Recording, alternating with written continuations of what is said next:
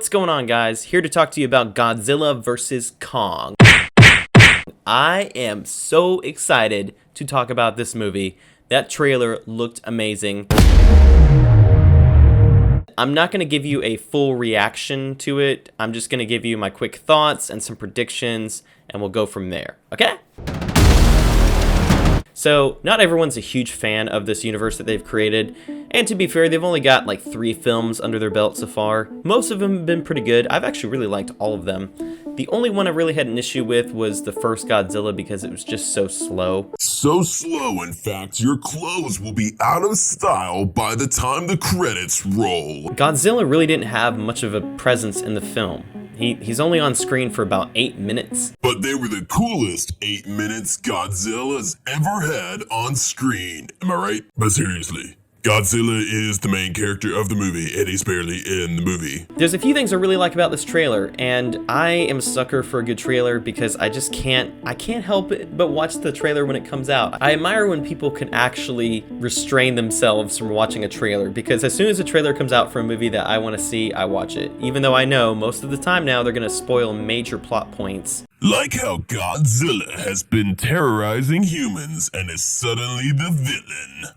Even though this goes completely against his character and everything we've seen in the films leading up to this. It looks like the film is going to take place more during the daylight hours. There will be some nighttime shots, obviously, but I think most of the fighting will at least be better lit. There's one shot, looks like they're fighting in Tokyo, but you can still see them a lot better than you can in some of the other films where it takes place at night in a big city. Probably the most prominently featured shots in the trailer are the first half where you see Kong being transported by sea and Godzilla attacks for some reason. And all of that is taking place with this huge, this beautiful lighting from the sun just shining on everything. And I don't know if it's like sunrise or sunset or something like that. I couldn't really tell. But regardless, the lighting looks way better this time. So I'm excited about that because there's nothing worse than watching an epic fight happen in front of you and not be able to understand what's going on. That was one of my biggest issues with the first few Transformers films, is that the fights looked so cool, but nobody knew what was going on because the camera was so shaky. And that's still the problem with a lot of action movies to this day, is that the camera's so shaky and you can barely tell what's going on, and a lot of quick edits make it look like it's a really fast-paced, jagged kind of, rough and raw fight. Looking at you, Marvel. Actually, seriously, on a side note, Marvel really needs to work on that because most of their action hand-to-hand fight scenes and a lot of their films are very carefully edited, so it looks fast. It doesn't necessarily make for a great fight scene, so they need to be more like John Wick or something. Anyways, one big takeaway of this trailer I noticed is that the film is, at least in the trailer, is hinting that Godzilla, for some reason, has become hostile to humans. And if you've seen the previous movies in this universe, you know that Godzilla is really not hostile to humans. It's very rare that he's even attacked them. I think there's 1 or 2 scenes in the first Godzilla where he does break through a bridge or something like that, but they attack him first. And even then, he's just trying to get out. He's just trying to get out of the way. There's 2 scenes where he literally will go underneath these giant ships because he doesn't want to crash through them. And you'll notice in this trailer, it's in stark contrast to those original films because he doesn't try to get out of the way at all. He goes right through these ships as if they're just tissue paper. He doesn't give a crap. He's just you're in my way, bye-bye. There's obviously some very big intrigue about that as to why Godzilla is suddenly on the offensive, especially since I don't think the film is actually trying to set up Godzilla as the main villain. I think that something is compelling him to do that. There's another theory floating around that that's actually not Godzilla. Maybe that's Mechagodzilla in disguise or something, and I could totally see that happening. It's a little bit of a stretch for me, but then again, this is a universe about giant monsters and all kinds of crazy stuff.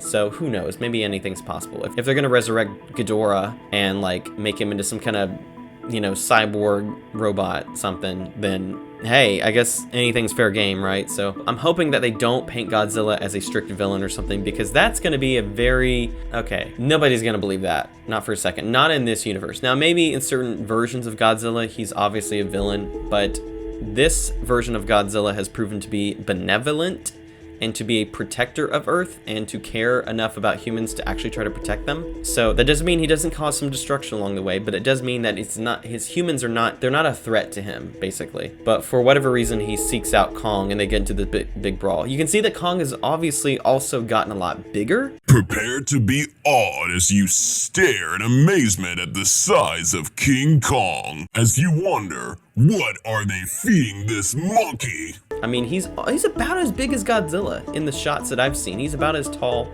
about as big. So it's a much more evenly matched fight in terms of their physicality. But even though Godzilla has had 2 films now where he's come out on top, it would almost make sense for Kong to beat him in that way. But I think that they might actually go with Godzilla winning again.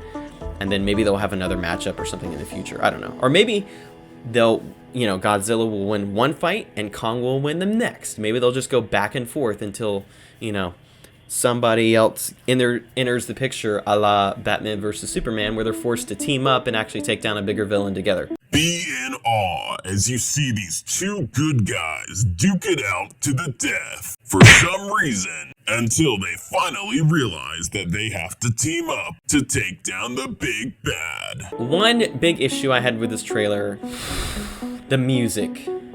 Okay, look. When you are trying to convey a sense of scale in terms of the visual scope of what you're looking at, the scale of the story, how this is supposed to be an epic showdown. Okay, I don't think choosing a very modern song like that, as cool as it may sound, because I dig the song actually, I thought it sounded good, it's out of place.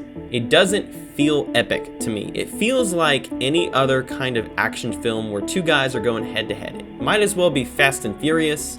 It might as well be like a Jet Li film. I don't know. Insert whatever you want, but it didn't feel like a Godzilla versus Kong moment. It felt like a very generic action trailer from that point on. And maybe they didn't intend it to be that way.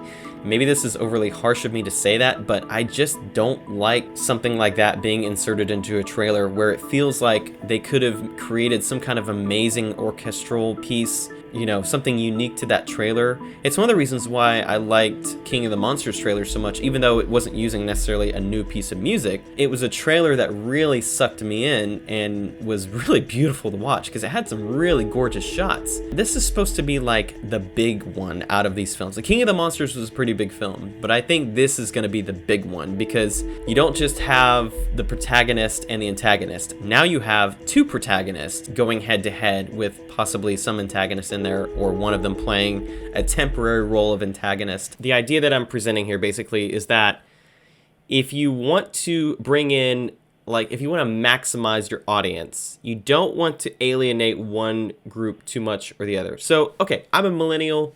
I listen to modern music constantly.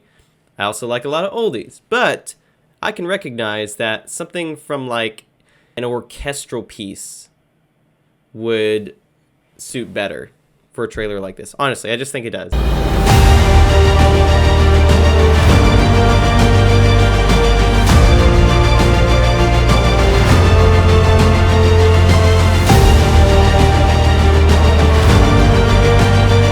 Because that song does not it doesn't convey a sense of scale. It doesn't convey the gravity of this confrontation. Okay, so you need something to capture that in the trailer. That music just doesn't do it. It's not like the greatest trailer I've ever seen, but I've been really following this movie quite closely for a while now, so I'm gonna watch it either way. I'm excited about it because I love King Kong, I love Godzilla, definitely love Godzilla more. I'm also hoping that the runtime is at least 2 hours because something I've noticed with big blockbusters is that they seem like they're almost afraid to make long movies. Avengers, Infinity War, and Endgame were pretty generous with their runtimes, but I feel like everything since then has been pretty conservative, and I don't really understand why. People are still gonna watch long movies. I mean, I know they talk about short attention spans and things like that, but really, I don't hear anybody complaining about the length of either of those films I mentioned. I just kind of miss the days when you had these epic films that really just went on and had these amazing scenes, and I'm just a little afraid that some of these films are being a little rushed, and the fact that this film is part of the Monsterverse, there's a little bit of a chance that it could have been rushed just because they're trying to get these films out and keep people engaged. I think that's one key thing I've noticed about Marvel and Star Wars is that they're keeping people engaged by making regular content. There's not really lengthy delays between each production. And last year was the longest we've gone without a Marvel project in a while. And you can tell people have been missing Marvel because the feedback and the response to WandaVision is just insane. I'll give you guys some more thoughts on Godzilla vs. Kong, and I want to really talk about this movie a lot more as time goes on because it's something that really interests me. One thing to know about me is that I am a sucker for a good monster brawl movie. That's just something I really like to see. Don't know why. It's probably the kid in me, but it's part of the reasons why I watch movies like this. The stuff that I get to see in movies now is stuff that I never thought I would see when I was a kid, even after something like Jurassic Park. But after Jurassic Park, I was kind of thinking to myself, you know, I don't know why they don't do more movies like these. But, I mean, let's be honest, Jurassic Park was incredibly ambitious for its time. So, yeah. So, what did you guys think about this trailer? Did it get you excited for Godzilla vs. Kong? Are you kind of let down? I did like it. I just, like I said, don't really like the song. I'm also, one last little thought. It's interesting that the trailer is really coming from the perspective of Kong more than anybody else. It's almost like they're building up Kong to be like the main protagonist. I'm wondering if that's just the way it's kind of marketed it in the trailer, because surely Godzilla has a major stake in this as well. Like, I don't think he's going to be just a supporting character. I think they're both going to be central. I don't know, guys. We'll see. All right. Tell me what you think below. Comment. If you like this video, hit that like button. And be sure to subscribe if you've enjoyed this content. Thank you so much. All right, guys. Talk to you later. Bye.